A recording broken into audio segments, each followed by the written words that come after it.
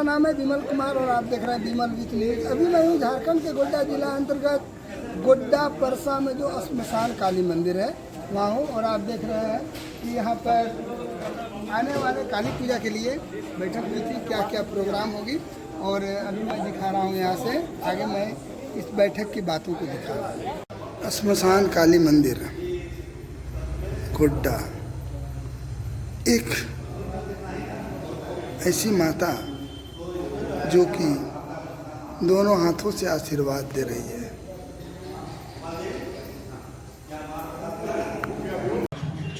नमस्कार, मेरा नाम है विमल कुमार और आप देख रहे हैं विमल विथ न्यूज।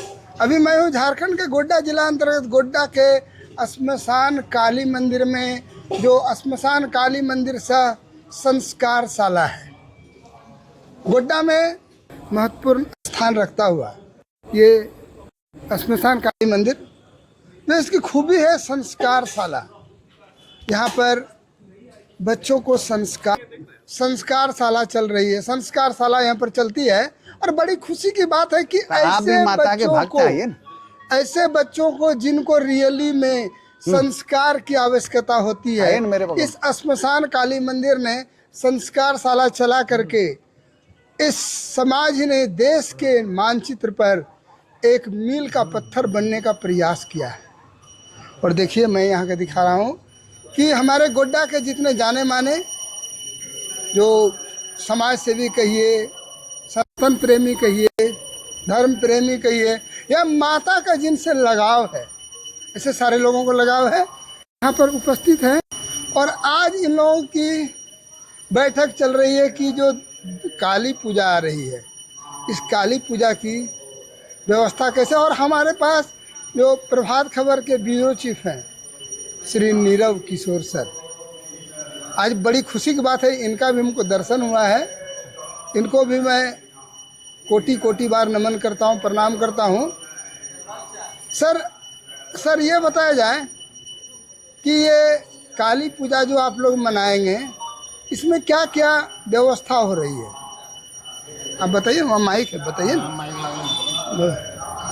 आप बताइए। देखिए विमल जी, सर्वप्रथम तो आपसे जुड़े सभी दर्शकों को मेरा नमस्कार।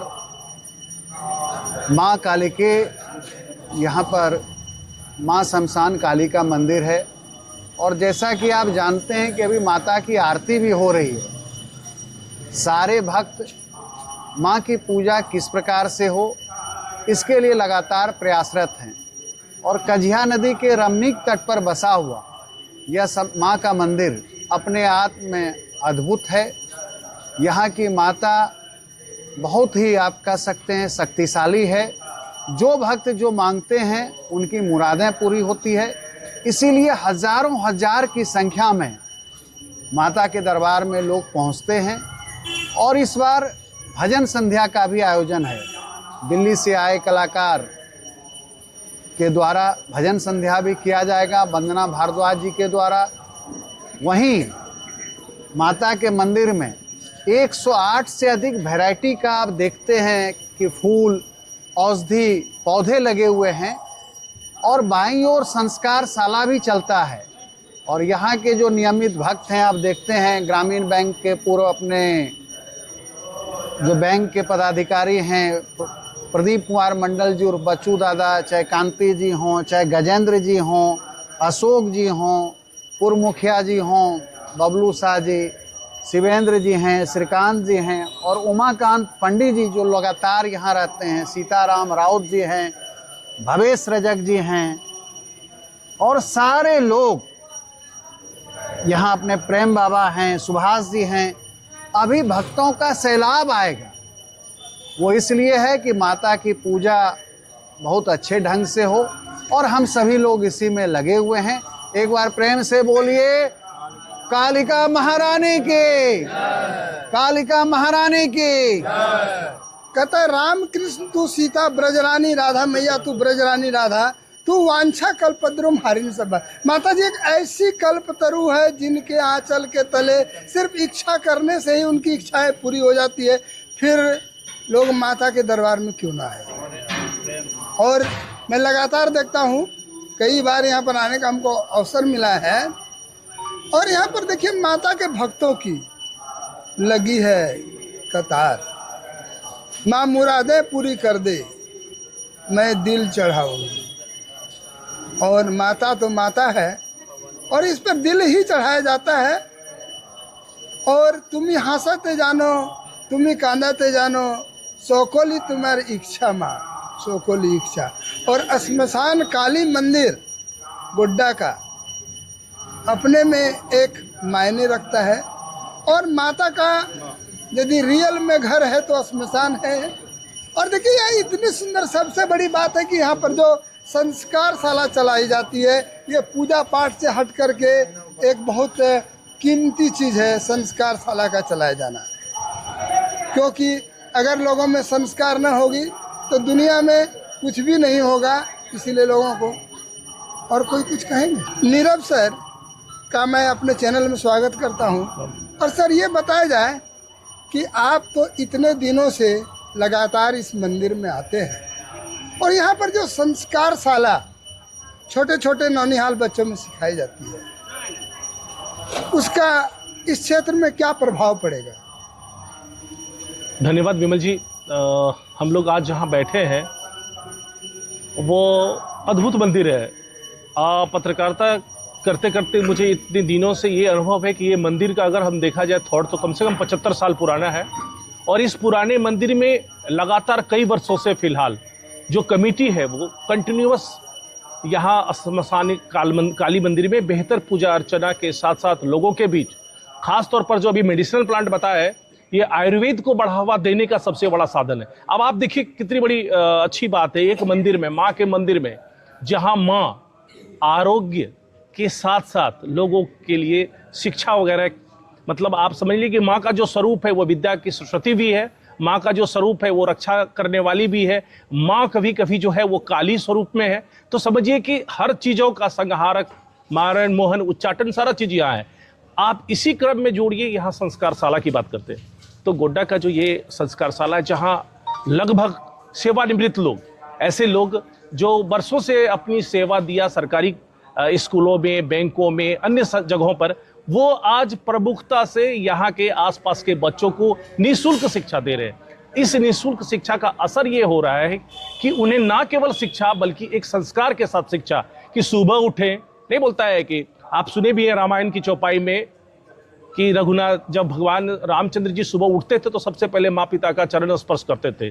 तो प्रातःकाल उठने के बाद कैसे बच्चे अपने माँ पिता अभिभावक को प्रणाम करें, लोगों के साथ क्या बिहेव करें, आज इसका बड़ा अभाव हो गया है। मैं ये बात खुलकर बोलता हूँ कि गोड्डा में फिलहाल जो स्थिति बनी हुई है, ये संस्कार लोलुपता, संस्कार खत्म हो गया है।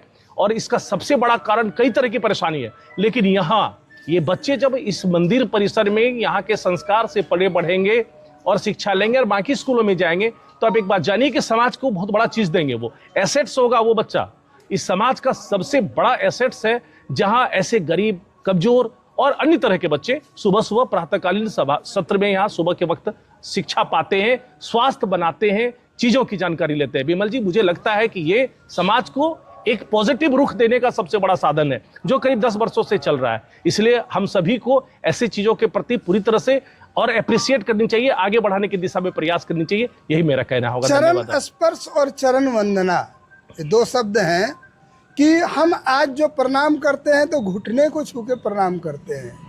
और ऐसा माना जाता है कि यदि घुटने को छू के प्रणाम किया जाए तो उस आदमी के अंदर जितना दोष है वो आपको मिलेगा। यदि अंगूठे के, दोनों अंगूठे के बीच में यदि छू के प्रणाम किया जाए तो उनका पुण्य। और आप यदि अपनी माता को, पिता को कह के जा रहे हैं कि मैं फलना जगह जा रहा हूँ, तो शायद उनकी छाया, साया, तू जहाँ जहाँ चलेगा तेरा साया। ये विमल जी आपका कह रहे हैं वो है कि सबसे पहले तो झुक रहे हैं ना, हम झुकना सबसे बड़ा कला है।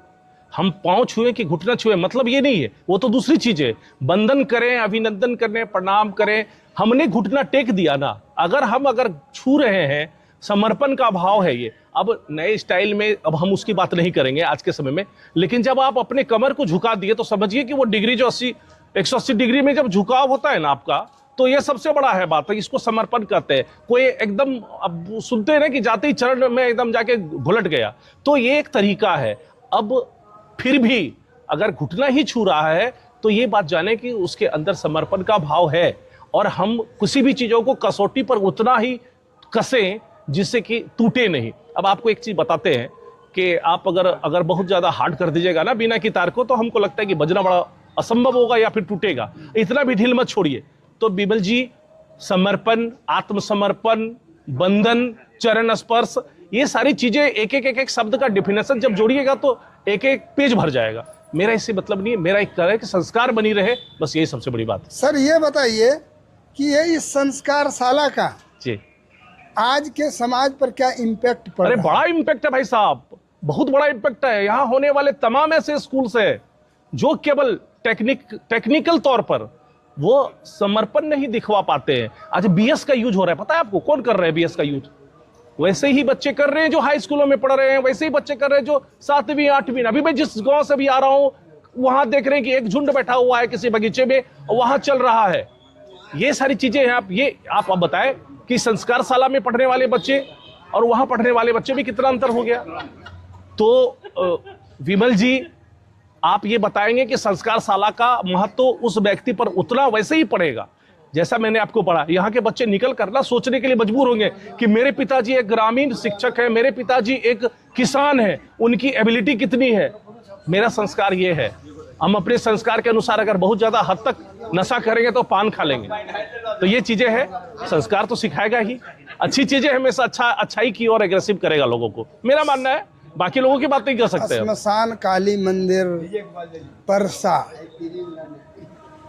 जो कि अपने आप में एक लक्ष्य की ओर बढ़ता जा रहा है, एक लक्ष्य की ओर बढ़ता जा रहा है और ये बढ़ता ही जाएगा, क्योंकि यहाँ पर सबसे बड़ी बात है कि ऐसे लोग आते हैं जो कि पूरी तरह से परिपक्व हो चुके हैं जीवन में, रिटायर कर चुके हैं नौकरी से। और आप ये बताइए, बोलिए ना, कि आज मैं थोड़ा सा हटता हूँ, एकदम हट जाइए जितना आप पीछे। आज जो इस तरह की बातें हम देख रहे हैं लगातार, मेरा समाज जो आधुनिकता की दौड़ में पश्चिमीकरण के दौड़ में जो पूरी तरह अपने संस्कार को छोड़ता जा रहा है, आपका संस्कार शाला कितना प्रभाव डालेगा? देखिए, अभी आपने बताया विमल जी, अभी फिर मैं वहीं पर आना चाहता हूँ। 0 राउंड से स्टार्ट किया, फिर वहीं पर हमको आना। आप एक बात बताइए कि मोबाइल चलाना आपने कब सीखा? ये मॉडर्न एज में, ये प्रौद्योगिकी क्रांति है साहब, आप इसको रोक नहीं सकते। निर्भर करता है कि आप उसका इस्तेमाल किस स्टाइल में करते हैं। एक रेडियम से इस देश में, एक यूरेनियम से इस देश में बहुत बड़ा बड़ा भट्ठी बनाकर बिजली का उत्पादन होता है, लेकिन उसका बम जो है पूरे पृथ्वी को तहस-नहस कर सकता है। निर्भर करता है कि इस्तेमाल व्यवस्थाओं का किस प्रकार, इस सूचना क्रांति का किस प्रकार, इस व्यवस्था का किस प्रकार आप उपयोग करते हैं। बाकी चीजें तो बस वही है। आपका ये संदेश जब माताओं के पास जाएगा कि जो माताएं बच्चों को स्तनपान कराने के बजाय जब रोता है बच्चा, उसको बोतल मिलती है, तो उसको किस तरह से आपका संस्कार शाला चेंज कर पाएगा? भाई साहब, वो माताएं भी अपनी टेक्नोलॉजी का प्रयोग कर रही हैं बच्चों को दूध पिलाने के लिए। मेरा एक मानना है, आप ये बताइए, उस समय संयुक्त परिवार होता था तो बच्चों को चाची ले लेती थी, दादी ले लेती थी, नानी ले लेती थी, फुआ ले लेती थी। आज के समय में क्या हो गया कि एकल परिवार है, पति पत्नी और हम दो। तो इस स्थिति में बच्चों को दूध पिलाने के अलावा उसको छोलनी भी चलाना पड़ता है, कभी जाकर रसोई में बर्तन भी मांजना पड़ता है। इस परिस्थिति में बच्चे के मुंह में दूध लगा दिया और फिर आराम से मोबाइल से बच्चा देख रहा है। ये ऐसा नहीं है कि इसका बुरा ही प्रभाव पड़े। मैं फिर से कह रहा हूं, कोरोना काल में मोबाइल का सबसे ज्यादा इस्तेमाल हुआ और ऑनलाइन क्लासेस हुआ। तो इसका क्या मतलब हुआ कि इस देश से शिक्षा की व्यवस्था पूरी तरह से खत्म हो गई? नहीं, शिक्षा की व्यवस्था खराब उसी व्यक्ति ने किया जो मोबाइल का दूसरे तरीके से इस्तेमाल किया। इसलिए बिमल जी, संस्कार शाला अपने आप में एक दूसरा चीज है, माँ का दूध पिलाना, फेडिल कराना वो दूसरा चीज है। आज एक महिला जो स्कूल जाती है, जो काम करती है, इसके लिए भी सरकार ने बना दिया कि एक रूम है, आप काम करने के बाद अपने बच्चों को दूध पिलाएं, आपके लिए एक जगह सुरक्षित है। अब बोतल की जहां तक बात है, बोतल का दूध पीने का परंपरा तो मुझे लगता है कि बहुत दिन से, नहीं तो ये पाउडर जो है वो बनता नहीं। मेरा उसका मतलब नहीं था, वो जो मोबाइल थमा देती है कि बच्चों को, तो क्या करे आप बताइए। उसके पास दादी नानी नहीं है तो कहाँ जाए, किसको दे दे बच्चों को? ऐसे भी छोड़ेंगे तो दिक्कत होगा। इसलिए मोबाइल एक साधन है, सशक्त साधन है फिलहाल, लेकिन मैं ये कहना चाहता हूं कि उसका उतना ही इस्तेमाल हो जितना जरूरत भर अब दिन भर अगर बच्चों में मोबाइल रहेगा तो उसका अगेंस्ट नेगेटिव प्रभाव पड़ेगा। ठीक है, चलिए आपको बहुत बहुत धन्यवाद। चलिए धन्यवाद। स्मशान काली मंदिर में जो कार्यक्रम होगी उसकी एक रूपरेखा बार बोले प्रेम से कालिका महारानी की जय, कालिका महारानी की जय, कालिका महारानी की जय। स्मशान काली मंदिर गोड्डा जो परसा कहलाता है, यहाँ पर हमसे जुड़ रहे हैं श्री अजीत कुमार सिंह, जो पूर्व नगर अध्यक्ष, वरीय अधिवक्ता, गोड्डा व्यवहार न्यायालय। सर बताया जाए कि आपके यहाँ जो ये काली पूजा में क्या क्या कार्यक्रम है? 20 तारीख को 20 अक्टूबर को संध्या 6:30 बजे से पूजा प्रारंभ हो जाएगी। 8 बजे से दिल्ली के कलाकारों के द्वारा वंदना भारत। और कितने वर्षों से ये मनाया जा रहा है? देखिए, ये तो हमको लगता है कि एक आध 100 साल से, मतलब 100 साल से ऊपर हो गया होगा। माँ यहाँ पर जो स्थापित हैं, यह तो एक श्रद्धा और विश्वास का केंद्र है ही, और सालों भर यहाँ लोग श्रद्धा विश्वास के साथ आते हैं। लेकिन इस काली पूजा में विशेष आयोजन किया जाता है, और जहाँ अगल बगल के गांव के लोग आते हैं, शहर के लोग आते हैं, और यह माँ का स्थान जो है सिद्ध स्थान है। यहाँ जो भी श्रद्धा और भक्ति भाव से और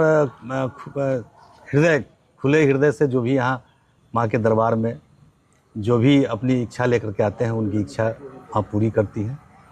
और आप सभी आमंत्रित हैं। 20 तारीख को माँ के दरबार में काली पूजा है, आप सभी आमंत्रित हैं।